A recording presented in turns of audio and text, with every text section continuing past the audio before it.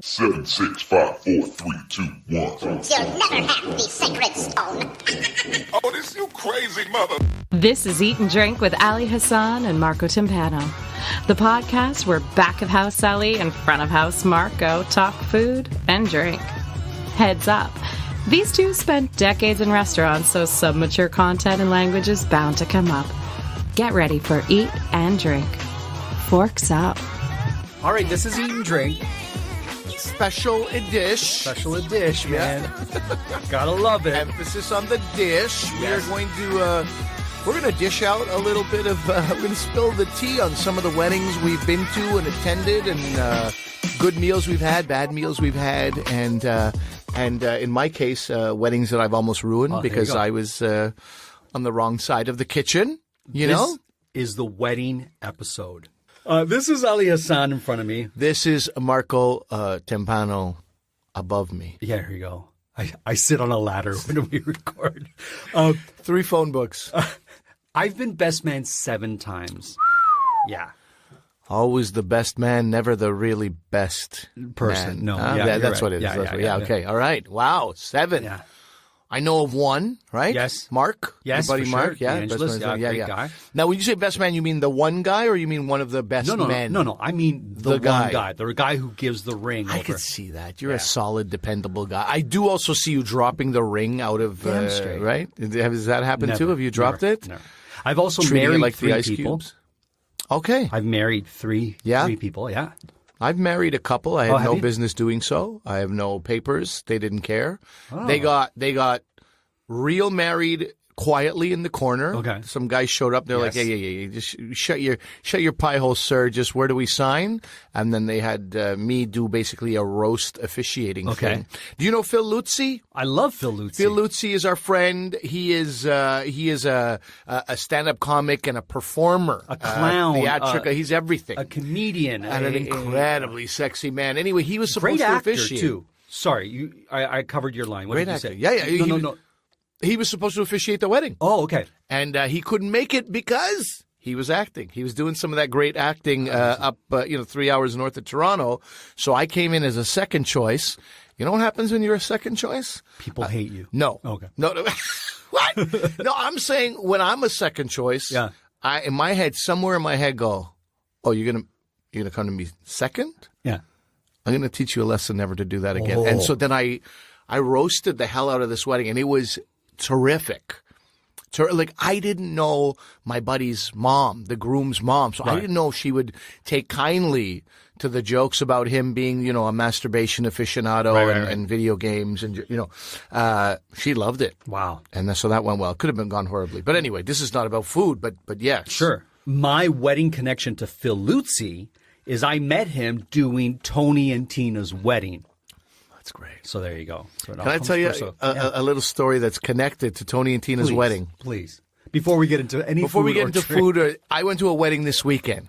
Okay. I went to a wedding this weekend, and my friend who's getting married calls me. He goes, I got to ask you something. A favor? Yeah? Feel free to say no. Okay. Already, I'm like, okay, I hope this is great. I hope I can still go and enjoy myself at the wedding. And this is not like, I'd like you to do a speech closer to the end. I'm like, now I can't drink. But, so I was like, as long as I can enjoy myself, I'll do it. He said, I've been to 100 weddings in my life. There's always the moment where the priest goes, if anybody objects to this union, please speak now or forever hold your peace. Right. I've never seen that. I've never seen anybody speak. Would you be comfortable doing it? He asked me. So my friend Dave Merhej, my buddy, my homeboy, goes, no, because we were going to do it together. I was going to stand up and say something. My buddy's like, you're embarrassing us, bro. We are going to do like a little act out, like we're straight out of Tony and Tina's wedding. And Dave goes, no, come on. We're guests. We're not hired actors. We're not clowns. Come on. Dave's right. Dave is right. So I didn't go Dave's direction. I fully understand it. I fully respect it. Listen, I don't know Dave, but I'm on Dave's side I know right you're now. on Dave's side, of course. But so basically what I did, the priest knew. No. The priest was in on it. Is the this, couple was the in priest it. was in on it. Priest is in on it. The couple's in on it. Is it a Catholic ceremony? Catholic ceremony. In a church? No, at the okay, Palais okay. Royal. Okay. Outside the tent. But then it can't be a priest.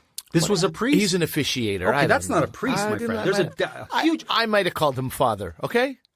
To me, that made him a priest. That I incorrectly called him father. Did this person wear a collar? He with did a not wear a collar. So, what kind of priest? This is not I a don't know. priest. He was a pretty sexy priest. This is a degenerate pretending to be a priest masked as an officiant. Well, he's a Marco Timpano type, right? He's a guy who officiates weddings with no actual reason or, I am a pastor with the Universal Life Church. Is that right? Yeah. If you go online, universallifechurch.com, you can become a pastor. You want to do more bragging, or can we? No, listen.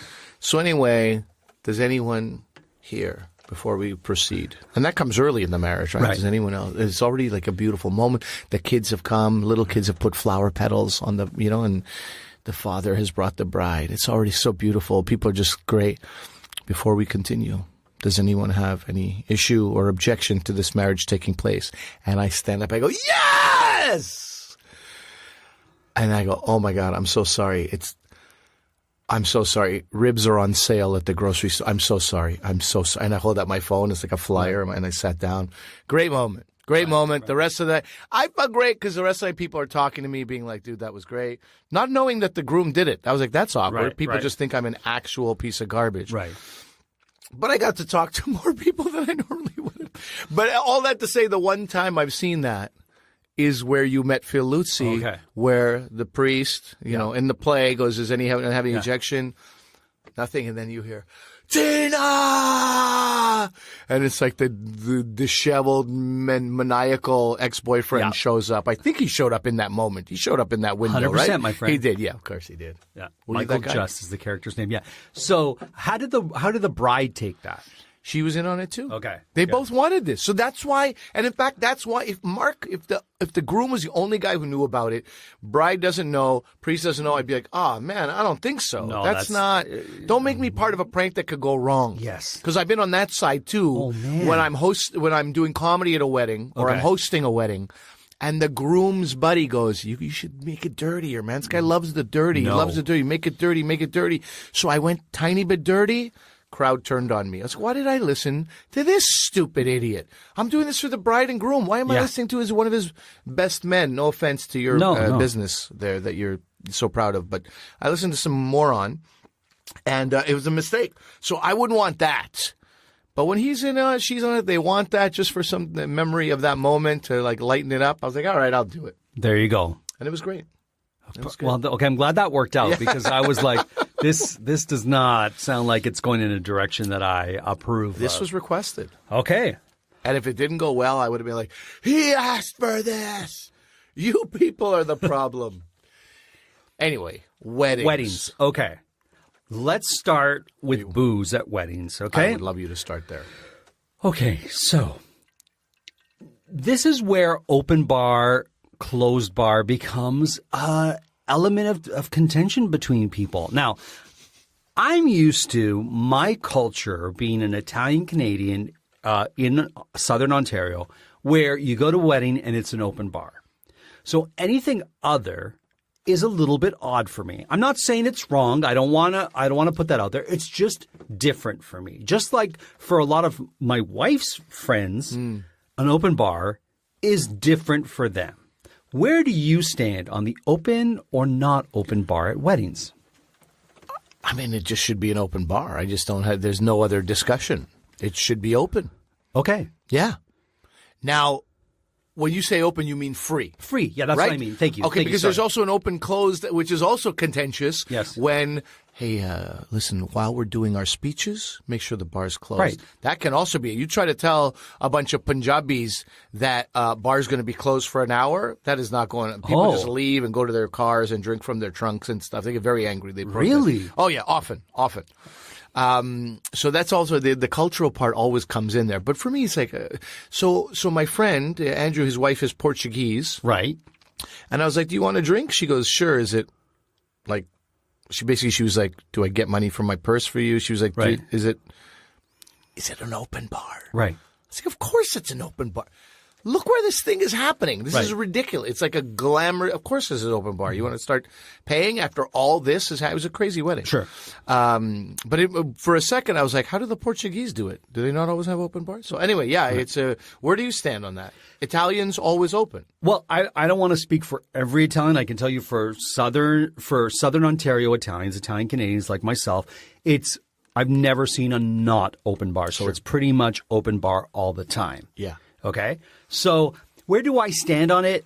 Look, you're having a celebration and you're having guests come to celebrate your marriage. If you're going to have alcohol there and you can afford to have it as an open bar, that's where I would lean to. If you can't afford it and you're having a more modest wedding, then I think a portion of the bar should be paid for, that being wine at the table during dinner. Okay. That's nice where I say. compromise. And if people have to pay for the mixed drinks, that's how it is. Sometimes people will give you a drink ticket, so one drink is free. Fair enough. Yeah. I think younger couples, people get married in their 20s, just don't have that much money amassed. They'll often do that. But just that I'm in my 40s, I guess I haven't been to one of those in like a decade. And it's just the thought of it is horrifying right now. I forgot where I've come from. Right. You know? You're a snob now. I'm a snob. But, I also go to a number of Muslim weddings where it just doesn't come up. There is no bar. There is no bar. There is no bar. Or if there is, you go downstairs, you pay for a drink, and you're like one of 8 people who are maybe drinking because I don't know what you're trying to prove. Right. Well, you can't go one night without a drink? No, apparently I can't. I want to go. Fair enough. But there's also like a forbidden fruit, like, I'm having a beer at a Muslim wedding. Look at me. My wedding, Okay. I didn't want to offend certain people. I didn't want it to be too debaucherous in front of, there's a lot of non-drinkers there. Most of my parents' friends, although my father had a drinking problem. Right. But so he that had becomes an stopped issue. Drinking. That comes an issue. He'd stopped drinking by that time. He had an oxygen tank on, and so it was a whole.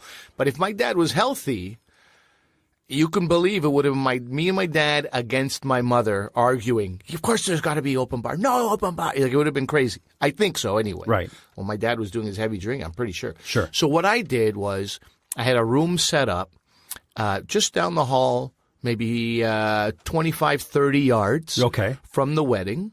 And there it was like a ton of booze that we had bought. And it was like the guys who want to come and drink. Have your fill. Have your fill. So they had to leave the hall. Okay. And also what happened that way is that only the people who do drink would be going there and seeing the booze, coming back with drinks, no problem. And those people who don't wouldn't get offended by seeing that, but they knew it was there, but it was somewhat clandestine or hidden. So you were trying to appease both sides of the. That's it. I think I did a great job. I think that's very respectful. Also, it was out of my sight, which was good because I might have been a little. Sure. My friends were bringing me drinks regularly. It was never really an issue. Okay, my wedding, one of the venues we almost got married at, the thing that killed it was the feeling of being nickeled and dimed by the bar. So we were going to have it at a ski resort. Oh, wow. Okay.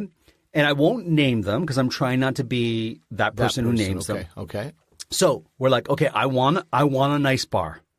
I don't just want the bar rail. Listen to last week's show if you want to know. I want some other availabilities there. So if that you wanted tequila or a margarita, it would be available. They could make fancier drinks too. And I wanted Prosecco as the drink to toast with. And the person said, Prosecco, what's that? So already bad sign. Listen. Bad sign. You run a hall and you've never heard of Prosecco? Yeah. Oh boy. So already I was like, what's going on here, right? So she goes, I'll just have to look it up. It might cost a little bit more. So I'm like, that's fine. I get it. You're going to put champagne Prosecco as an add-on. I get that, right? And then I said, and I want to make sure that we have things like Campari and I want grappa. And she says, grappa? What's grappa? Right? Now, I get it. Not everybody knows what grappa is. Fine. And then I said, and I want to make sure that when people want coffee, that espresso's available and it's not just a drip coffee. And she goes, oh, well, it's going to cost $2 extra a person for espresso. And I'm like, that's it. This conversation is over. Yeah, that We're was not it, continuing. It was like, you don't know what Prosecco is. You're going to charge me for grappa and cognac and for Campari and other things you don't know. And I'm happy to spend that on my alcohol. Espresso broke the back. The minute I say I want espresso available and you're like, that's going to be $2 extra, I'm like, listen, I'm spending so much more on the bar, you can throw in the espresso. I'm not going to be nickeled and dimed. So I was like, that's it. It's over. End of conversation. We ended up going to an old movie theater that they revamped into a hall. And when I spoke to the person there, I'm like, I want more than just the basic bar. So she goes, oh, do you want deluxe bar? Do you want platinum bar? Or do you want gold bar? And I'm like, can you tell me what that is? And she's like, this is that. This is what's available here. You want grappa. You want Campari. You want cognacs. That's what's available here. I'm like, what about Prosecco? It's included in the gold package. No problem. And if you want the silver package, I'm happy to throw in Prosecco. And then I said, what about espresso? Always included in any package you want. I'm like, that's it. Thank you very much. Here we go. What about skiing? We don't ski here. End of And conversation. I'm like, I'm out of here. I never need to ski for the rest of my life if you're giving me this stuff here. Now, can I just tell you one thing that we did at our wedding with regards to the bar that I thought worked really well? And that is, for the first hour and a half, when people are arriving, we had a signature cocktail passed around. Oh, yeah. I had my friend is a Montefiore. Oh. And he makes mojito. Yes. So we had the Montejito this Nice. weekend being passed around, and it was delicious. There's a small problem there. Oh, what's that? I mean, cocktails 4 to 5, wedding 5 to 6, Yeah. and then the night begins 6 to 1 a.m. Right. I had my first drink at 4:20. Okay. Man, it's a long night. Sure. I mean, it was a heavy. My body took a toll this week. Listen, that's your job to pace yourself. Okay. It's my job as the groom or as the bride to make sure that you have a good time at my celebration. Okay. Now, Okay. we had gimlets because it was like the venue was a 1920s kind of feel. So we wanted it to be in a 1920s kind of coupe, and we wanted a drink that was around at that time. So we wanted something that also reflected the colors that we had. My wife had picked for our wedding colors, and green was one of the colors. So we went with gimlet. And a lot of people didn't know what a gimlet was, but they loved it because they got to try something different. And we made it so that if you didn't want a gimlet and you wanted a beer, you could go to one of the bars and get that, and it wasn't going to be a problem. Sure. But the pass-around drink was going to be that, and it worked out really nicely. Then, if you wanted something else afterwards, you could go to the bar. There was wine on the table. I think it's important to pick your wine and pick a wine that you think will be suitable for Now, you say you pick your wine. You're talking about you as the group, bride and groom Yes. for the party? Okay, yeah. Pre-select that wine. Yeah. And make sure you taste it, because a lot of halls or a lot of places you get married at will be like, these are our standard wines. We have a Pinot Grigio and a red and a Chianti, right? Now, there's a world of difference between one Chianti and another and one Pinot Grigio and the other. So what I would say, what is the brand that you use? Do a little bit of research on that. See if you can taste it. And see, is this a wine that is suitable for your crowd? And you'll know when you taste it. And if you don't know wines and you're like, I don't know what to do, bring someone with you at the tasting who can tell you, you know what? This is a very sociable wine that people are going to enjoy. Or this red is a little bit dry. It might be a bit too dry for everyone. Let's get something that's a little bit more medium. Mm-hmm. And there you go. Yeah, I've been that guy for food. Right. Where people are like, look, I don't really know food. Can you come in? And I had to like just share my shock and horror with the Ritz-Carlton and be like, I shouldn't have named them. But anyway, the Ritz, and be like, this is not Indian food. I don't know what website the chef's going on, but everybody's being lied to here. This is ridiculous. This is like not even the right color of dish. This is like complete. Anyway, it was a disaster. Let's talk food then. Let's talk food. Let's talk food. Food at weddings. And I want to start by saying this. Okay, this is important, guys. It is very difficult, Right. and I recognize that. Sure. To make 180 to 380 meals. Yes. You know, in a span of a day or two. Yeah. Right? It is an incredibly difficult job to have 400 prime ribs or chicken breasts go out and have them taste good. And certain meats rest well. Yes. And certain don't. Right. Right? So you want to make sure if you're feeding a crowd of, let's say, 200 people. Yeah. That if you choose meat as one of your main courses, that meat can rest and still taste good. Fair to say? Yeah. That's why the chicken breast should have like a ricotta and spinach inside it, or some kind of a cheese or something, because it's like this thing's going to dry out. It's going to You dry. better have the moisture sort of built in somehow. Yeah, absolutely. So I recognize how hard it is, and then you come as like I always tell this story about my mother. You know, my friend. When I was in my 20s, my friend Bobna gets married to Vincenzo, the grappa lover. I think I've told you this story. Vincenzo's the best. Vincenzo's the best. Anyway, there was like Vincenzo comes in on a doesn't drink horse. beer. Grappa. Exactly. I remember the story, man. He comes in on this beautiful white horse. There's like 2 different dance troupes. There's like food stations. It's like an incredible, incredible wedding. It's like a great vibe. All their friends are like amazing. They're young. They're like 28. Imagine how much energy you had when you were 28. It was amazing. You know, a family from Italy has come in. We leave that wedding, my mother and my father and my sister and I. And the first thing my mother says, the rice was a bit dry. Oh. I'm like, what a hater. What a hater you are. There's like a white horse the guy came in on. Sure. Come on. Mind you, that was a disaster. The bride turned out to be allergic to the horse. Not important. Fair. Not important. All right. But things were done to make this a wonderful, and the rice is dry. So this is the problem. Like you have this hating. Not everybody's like that, but like especially for brown people. Mm-hmm. And the ones who don't drink, the food is the thing. Right. The whole thing is the food. Sure. So it better be good. And I think Italians, it's very much like that. It's the food. Yeah, food is a key element to weddings. Yeah. Culturally speaking, yeah. I recognize how difficult it is. And I have been on the other end making food for a wedding. Okay. AKA biting off more than I can chew. Yes. I almost ruined somebody's wedding. Oh. She said I ruined her wedding. Right. I know for a fact I didn't. But I'll be the judge of Yeah, this. you be the... It was family style. So they chose a bunch of dishes. Already, she's made a mistake by doing so. Listen. Okay, continue. What, because hiring Ali Hassan for family style already No, I feels just wrong? don't think family. I think a wedding is a bit of a formal thing, and I don't necessarily think You're family thinking plated dishes. Oh, you're not going to like the buffet stories I have for you later. That's a whole other thing. On the best day of the best buffet on the best moon in the sky, I'm not going to be loving a buffet. No. All right? Well, you're not going to be loving most Indian weddings you go to. I'll tell you that much right now. It's all buffets. Not all, but it's like most are buffets. Right. Or family style. Okay. Plated meal, not really. Really? Not really. Okay.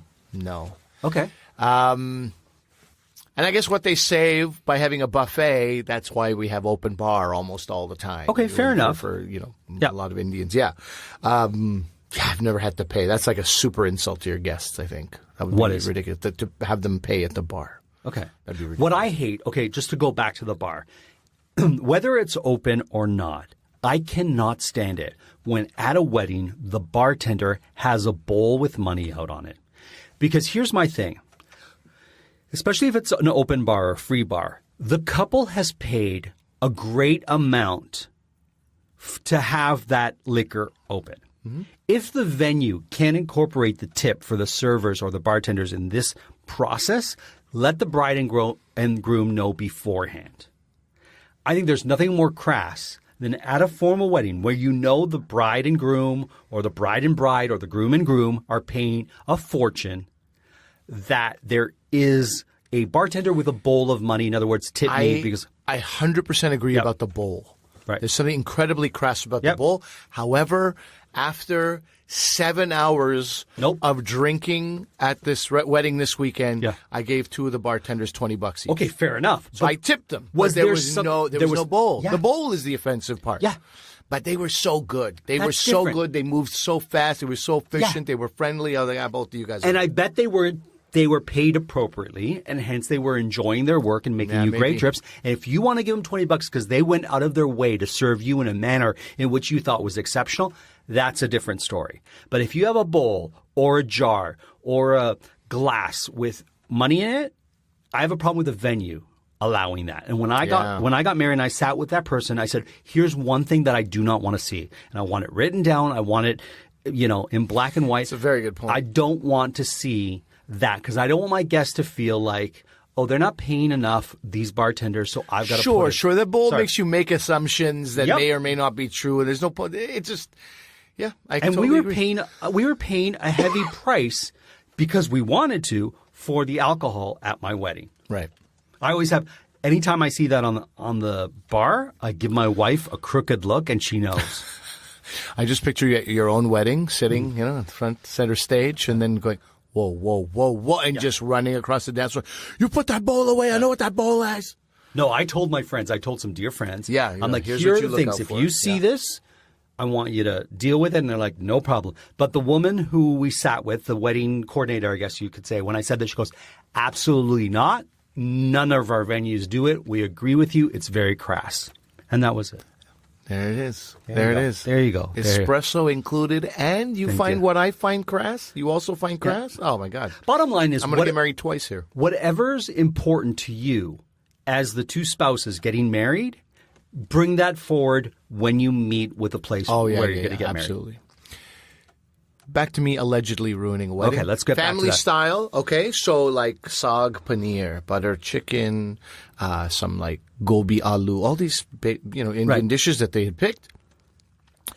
And whatever there was, 20 tables. No, let's say 18 tables with 10 people a table. It was like 180. And I had to make enough of all those things.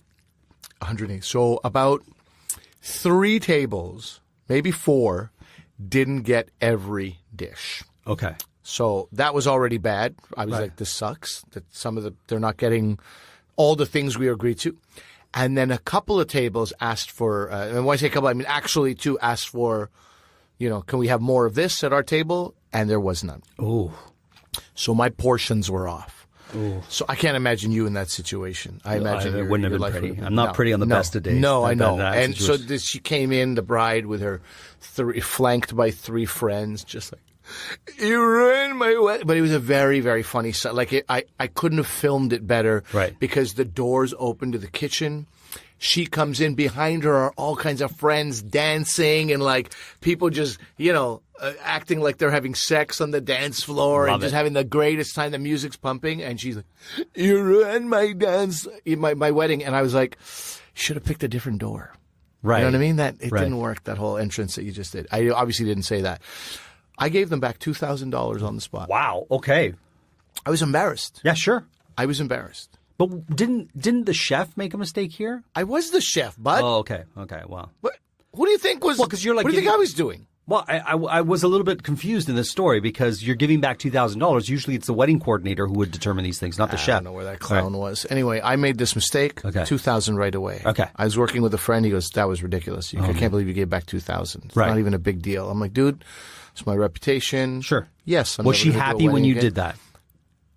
They were immediately appeased. Great. She was ready. I'm going to tell him this, and I go 2,000, and it just went, okay then. Like, you know what I mean? I just took out all, and that was my goal. I think you did a great job. I think you. However. Oh, no. There shouldn't be a however. There's a however. Okay. They go on their honeymoon. Okay. Discuss how the wedding went. Come back from their honeymoon. I get an email saying, we decided, based on what you did, that you should make 0 profit on this wedding. Based on calculations we've done, this is how much your costs would have been, so we feel you still owe us another $3,000. Wow. I was like, I disagree with you. I think we should take this to small claims court. Wow. And she was a lawyer, and her husband was a lawyer. Oh, and man. she goes in cap, she goes, small court is not a joke. And I wrote back, I'm well aware it's not a joke, but I don't see how else we're going to resolve this. I feel like I gave you $2,000. That's great. You feel I owe you more. We need an independent arbiter here. What other solution do we have? Never heard from her again. Wow. Yeah. But there was a time like, man, I can't think. That's maybe the most stressed I've ever been. Thinking that I was going to be sued. Wow. Was the most stressed I've ever been. And this is the one thing that impresses me about Donald Trump. A guy who can just is getting sued multiple times on every day, all the time. And just part of business. Like he can just sort of. Right, let it roll off. For me, it was the most embarrassing, humiliating, scary thing. Right. And it never even happened. Wow. Yeah. How do you like that? It. After that, I was like, I shouldn't be doing weddings. I don't like the pressure of being the person responsible for making somebody's special day the most special day. Right. I like a loosey-goosey wedding. You know what I mean? Mm-hmm. So buffet, food's decent, dance floor is amazing, drinks are free. I'm generally happy. Okay. Yeah. Okay. I'm generally happy. So that's why. Because of my experience with wedding, I've scaled down my expectations. But I do want to eat. It's. You know what the other thing is that I used to work at a restaurant. I used to manage a restaurant in Montreal. I may have told you this. Where on the same night we were catering this wedding, somebody pulls me aside and goes, "Where's Iqbal?" That's the owner. Oh, okay. I go, I don't know. He goes, "I want you to find him, and I want you to tell him when I ate this butter chicken." He goes, "Maki yaad aa gayi." Thoughts of my mother came flooding back. Thank goodness. Okay. Half an hour later, "Where's Iqbal?" Somebody else. I go, "I don't know." You tell him this is the worst excuse for butter chicken I've ever had. Same butter chicken, same wedding, same Punjabi people. It just goes to show you, every 20 kilometers you go, somebody's taste changes. Sometimes in the same house, two people will have different tastes. So you can't always please everybody, right? The thing, too, is you can't please... If you're going to... If it's an ethnic wedding and the food and the cuisine is going to be ethnic food, okay? So let me look at Italian food because that's my ethnicity, right?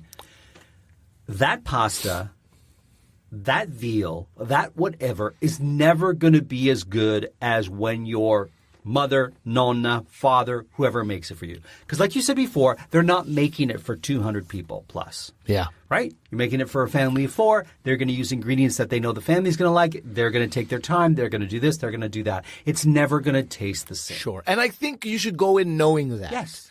It's very important. And because, look, to your point, how many people freak the hell out? Right. I got 12 people coming over. Yep. I got to start doing the groceries on Monday. Yep. I don't know how I'm going to do this. 12 people. Yep. How many people can really, really serve 12 people dinner effortlessly? Very few. Right. And yet you think this should have been all perfect for all 250 of us. Very difficult. Scale it all down. Yeah. Because we forget that it's a nice day for this couple. That's who we're here for, right? Sure. Yeah, the couple, but also what was that eggplant dish? It was cold. Right. You know. But here's the thing. I'm going to say this. The food has to be edible. The food has to be decent because people are paying good money for it, right? And I also have to say the responsibility. I mean, that's the way you look at it. You're paying good money for the money. I'm saying I'm paying good money towards the couple. Here, enjoy your life. Here, take some money. I don't think about it. I'm paying for my food. No, but I'm talking from the couple's perspective. Oh, okay. They're paying good money. They are paying good money for and they want their guests to feel like they're having a good meal. Yeah. And so you're paying for that. But the responsibility also lies on the couple at the tasting to make sure there's going to be a tasting, and 2, at the tasting to make sure that they get food that is going to hold up well. So I spoke to a chef before I got married with my options. And I said, here are my options. Can you tell me pros and cons so that when I go in for the tasting, I can say this, that, and the other? He's like, all right, Marco, with this type of meat, if you have more than 100 people, it's going to be difficult. Ask them what they do when there's more than 100 people to ensure that this meat stays tender and delicious. I'm concerned with this pasta dish. Ask them this, ask them that. So when I went, I was armed with a professional's perspective on the various food items that I could choose from. And then we ended up choosing something that I didn't expect as a dessert because when we tasted it, we're like, this tastes amazing. And we went with that. And we thought with this particular dessert, it's not going to be a problem. It's going to taste amazing no matter how they do it. And we just we changed our mind in the moment. What was it? What was the dessert? I wanted cheesecake, but then we tasted this tartlet, and it doesn't even sound that nice. No, I'll take a tartlet over cheesecake any day. But cheesecake sucks. I love it. It was punishing your wedding guests. New York cheesecake. Punishing your wedding guests. No respect for people who are coming to your own wedding. All right. This tartlet was fantastic. I couldn't tell you. My wife could tell you. I'm sure I have the wedding menu somewhere in a closet over there. But people loved it. It was fantastic. So there's a bit of responsibility here. There's a little bit of responsibility there. I would also say that the bride and the groom should pick a designated person to deal with this stuff in the moment so that the bride is not running into the back kitchen crying. Rather, they have a representative who comes up to you reasonably and says, listen, this happened. We had paid for this and this happened and we're not happy with it. That way the bride and the groom can have somebody who's their advocate, and there's not other emotions involved to deal with it in the moment. And there you go. That's my perspective on how to deal with a wedding during the wedding. Yeah. Yeah. It's the failing to plan is planning to fail. Yeah. Right? I would say so, yeah. You've got it. And part of your planning involves being right there on top of everything. And then I think you got to give it away. right? Otherwise, you become the bridezilla, groomzilla thing. Like, we've done all the best we can. Mm-hmm. Now it's in the hands of planner, coordinator, best friends. Yes. Huh? Yes. Huh? Agreed. We said it at the same time. Yeah. We keep finishing each other's We're very passionate sandwiches. Yeah. I love the midnight buffet, the midnight bring more food out, the midnight porchetta, the midnight whatever at weddings. Where do you stand on that? God, what a gift from God. Okay. You know? What's your favorite? What's your favorite item? Okay, so what do you want to see most? Probably porchetta. Yeah. Because I love it. Yeah. At my wedding, we did a poutine bar, because we had a lot of people who were from out of town. Right. And we wanted to feature something very Canadian. Sure. Even though Toronto makes the worst poutine. But hey, that's not important. You're trying to, of course, I understand. Didn't matter. As I retrospectively try to ruin your wedding. Let me ruin your wedding in the past. Sure. That's always great. There's, I've seen pizza. I've seen poutine. I've seen chocolate fountain. Right. Take strawberries on a stick. Marshmallow. Not marshmallow. What were you? Animals? That's sweet. Wow. Pineapple, different fruits. I've seen that, which is amazing. But this weekend I saw the best thing I've ever seen. Okay. I saw a shawarma buffet. Like with the shawarma rotating? With the rotating spit. They had beef shawarma rotating on a spit, and then they had all the accoutrements, goodness. Couple of, the bread could have been a little bit different, but it was terrific. Yeah. And that's a great Canadian thing as well, to be honest. Shawarma, of course, has come from the Middle East, but it's so, most cities of over 100,000 people in this country will have a number of shawarma restaurants. Sure. Yeah. Sure. If you can afford that at your wedding, and your wedding's going to go till 1 or 2, it's a nice little surprise for your guests. Sure.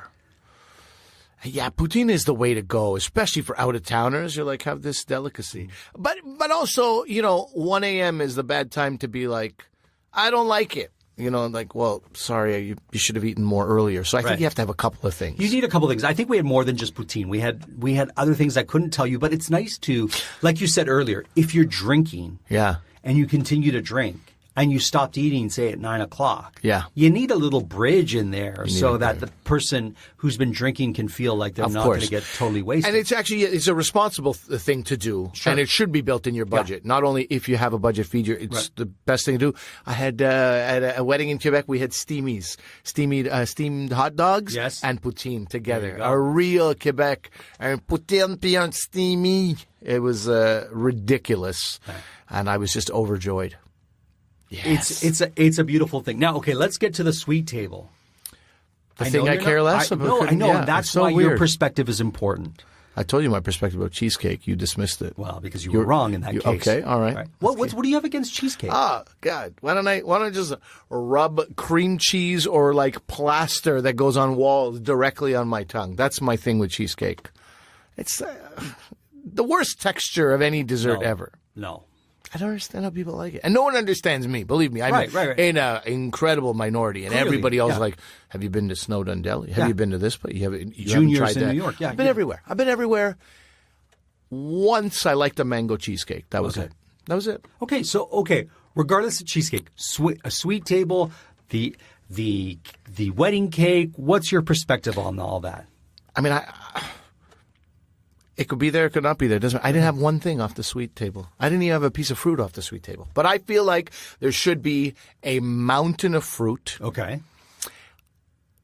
I would have had some just sort of dark chocolate pieces. The lightly sweetened stuff? I would have had that. That's it? That's what I would have had if it was there. So, but of course there should be more. Right, okay. There should be more, but I would have had that. There wasn't there. Okay. What there was very sweet stuff. So these upside down sort of let's say a tiny cupcake on a lollipop stick, upside down, dipped in chocolate, right? So you just sort of lift it up, and then you're eating a cake chocolate, pop? A cake pop. Okay. That's the word I was looking for. For God's sake, I said every word, but cake pops, other little brownie squares or something. You know what? It didn't even matter. It was so irrelevant. Okay. I'd go back for poutine 3 times. It's not irrelevant. It's just because you don't like it's sweets. Exactly. To me, of course, understood to me. For me, the sweets, are an important aspect of the wedding. And most human beings, I would guess. You don't have to have a plethora of sweets. It could even just be the wedding cake with a nice coffee. But here's what I'm going to say. If you're only going to have a wedding cake as your dessert, make sure the cake tastes good. Once again, this is all pre-work where you go and you have a tasting. Yeah. Because you could get a slab cake at Costco, but is that how you want the last impression of the meal to be for your guests? Right? Or you can get 2 different flavored cakes that are frosted really lovely. Let's say a chocolate and a vanilla, or a banana cake and whatever other cake, a red velvet cake. Yeah. And have them side by side as you serve it to your guests, maybe with a little scoop of ice cream, maybe some fruit on the side with the coffee. Great way to end. I'm going to say something about cake. Okay. I have been to now more often than not now because of my age. We go to kids' birthdays. Sure. Parents get these massive cakes. You use the word slab for that Costco thing. Like half a dining table size of cake. It's insane. Right. And I'm seeing this over and over and over again. No cake for me, or I'll have a tiny slice. Right. People are like concerned about their health, their well-being. Sure. People are eating less and less cake. I feel like, a wedding, they may go, out of their comfort zone, have a little bit more. But to have these massive 3-4 layer cakes, it's just waste. Yes. It's pure waste. Yes. I would rather have a collection of small cakes. Pastries? But pastries. Sure. Or like 8-inch, 10-inch tartelettes, if you Yes. will.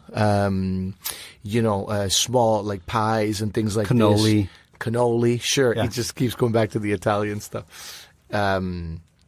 Tiramisu cake or something like And this. He keeps going back to the Italian I have stuff. to for you, otherwise you're going to take it there anyway. Well, I could have said Wow, what a a- sweet paneer. I don't know. Yes, I don't. Sweet paneer is great. Huh? In the moment, you really delivered on that Thank sweet you. paneer. That's not a thing. But yeah, like I think wedding cake is, I don't know. I'd love to talk to somebody in that business. I'm sure their business is suffering. Here's what I'm going to say. You don't need a wedding cake at a wedding unless it's important to you. Ooh, edgy. Unless it's important to Unless you. it's important to you, because a lot of these wedding halls will have a sweet table or will offer sweets. So they'll be like, you know what we do? We bring a selection of pastries to each table.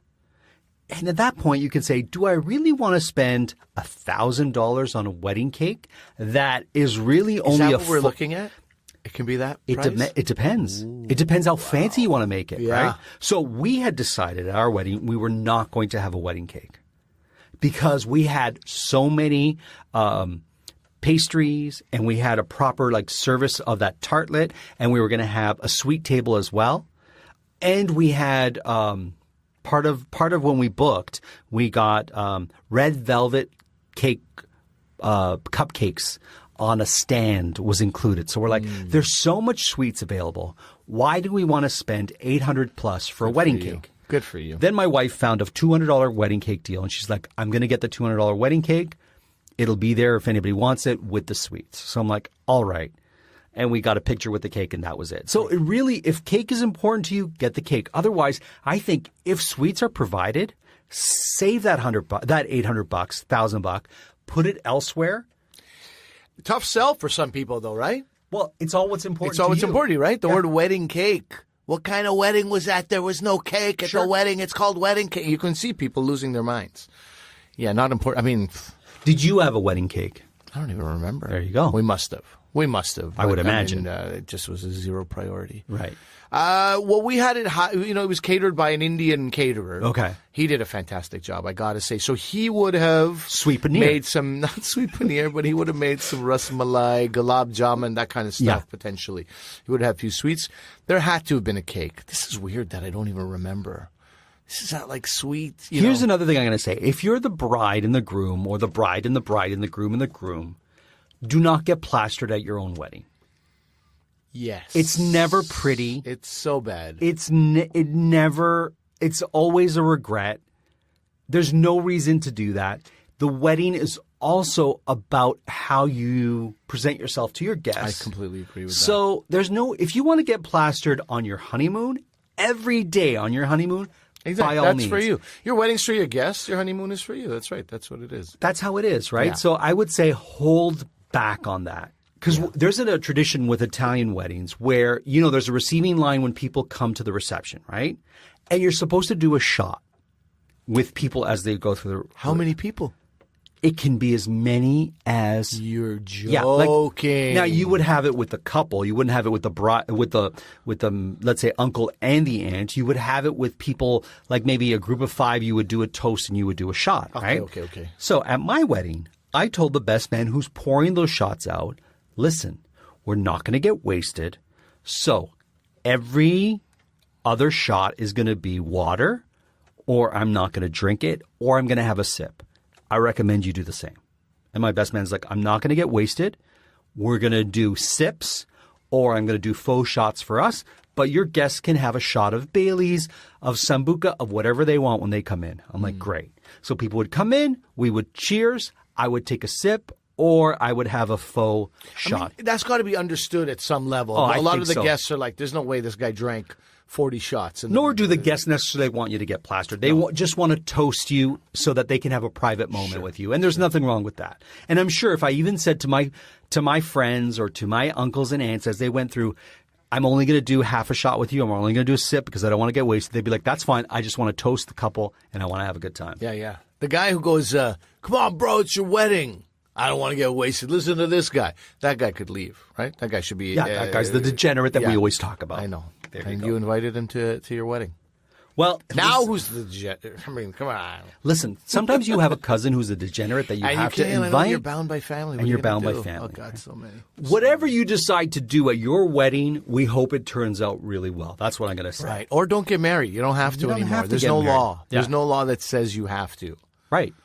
And there's no law that says you have to have a formal wedding with hundreds of people and Totally. desserts and all that stuff. You have the wedding that you want to have, whether it be with 5 people or 500. Just remember, do your due diligence. If you're going to have a wedding with a lot of food, pre-taste that food, figure out your bar, figure all that stuff out first. That's my recommendation. That's great. And remember that the wedding business is a racket, Yes. and they're out to rip you off at every single opportunity. So sometimes you could just resist all that and just have a loosey-goosey wedding and really amazing DJ, great people, and lots of booze, and you have a great time. There's nothing wrong with you having a wedding and saying, all right, my parents, your parents, bride or bridegroom, groom, and their best stand-up people, we're all going to go to a nice restaurant and have a nice meal, and that's going to be our wedding. Yeah, I think anyone who judges that in the moment, all that judgment is wiped out in 5 years when the couple is now like buying their first home or whatever. Yes. It's all, like people have different goals. They have different relationship goals. I gave my wife a pretty meager ring, people would say. Okay. Even the guy, the jeweler, that wow. son of a bitch, Right. goes, come on, man, don't be cheap. I got heckled by the jeweler Right. for buying a ring. I'm like, dude, this is what I can afford right now. Sure. We're moving to Toronto. Yeah. I'm starting a new life. I have nothing. Right. I can't even believe this woman's marrying. I can't believe her father okayed this thing. And my wife, who had been married previously, which kind of helped me in that respect, she was like, that's not what I need. I need us to have a great life together. I don't Right. need to be, look at my ring, Sure. guys. This is not important to her. So that worked out quite well. That would have been a bad time to find out. Cut to today, where you went out and bought her a really beautiful ring with a really beautiful rock, correct? I'm not going to do that. She's not expressing any interest in that, Marco. There's no need for any of that. So, flowers. Flowers will do just fine. I would rather go on a vacation with my wife than buy a ring. What the hell? Sure. Like, I think you know me enough to know that I have no problem spending money. No, in fact, you don't. I have a problem spending money. But a ring just to show it off. What about a week in Mexico together? Like, wouldn't that be Sure. amazing? Or Mexico City or Dublin as we were planning? Like, some people buy a ring that's like 3 trips worth of Oh, yeah. Get out of here. And it's all what's important to you and your spouse. Yeah. For some people, the ring is important. Fine. More important than a trip. For other people, experiences like a trip are important. Yeah. You do what's right for you. I did do what's right for me. And that's all that matters. Regardless of this heckling jeweler or anyone else. You did what's right for you. You did what's right for your spouse. We hope you do what's right for you. Let us know if there's anything we missed in this wedding episode, and we'll talk about it. Or if you've got a wedding that you've been to or that you're planning that is doing some creative stuff that you haven't seen anywhere else, we'd love to hear about it. Well, I guess that's the end of this episode. Sayonara. Yeah, until we wed again? Until we wed again. Are we getting married? Maybe. Great. I want a big rock. No rocks! We hope you got your fill of Eat and Drink with Ali Hassan and Marco Timpano. Follow them on Instagram and Twitter at Podcast Eat Drink. Email them your cocktail and food suggestions to podcasteatdrink@gmail.com. Until the next episode, bottoms up.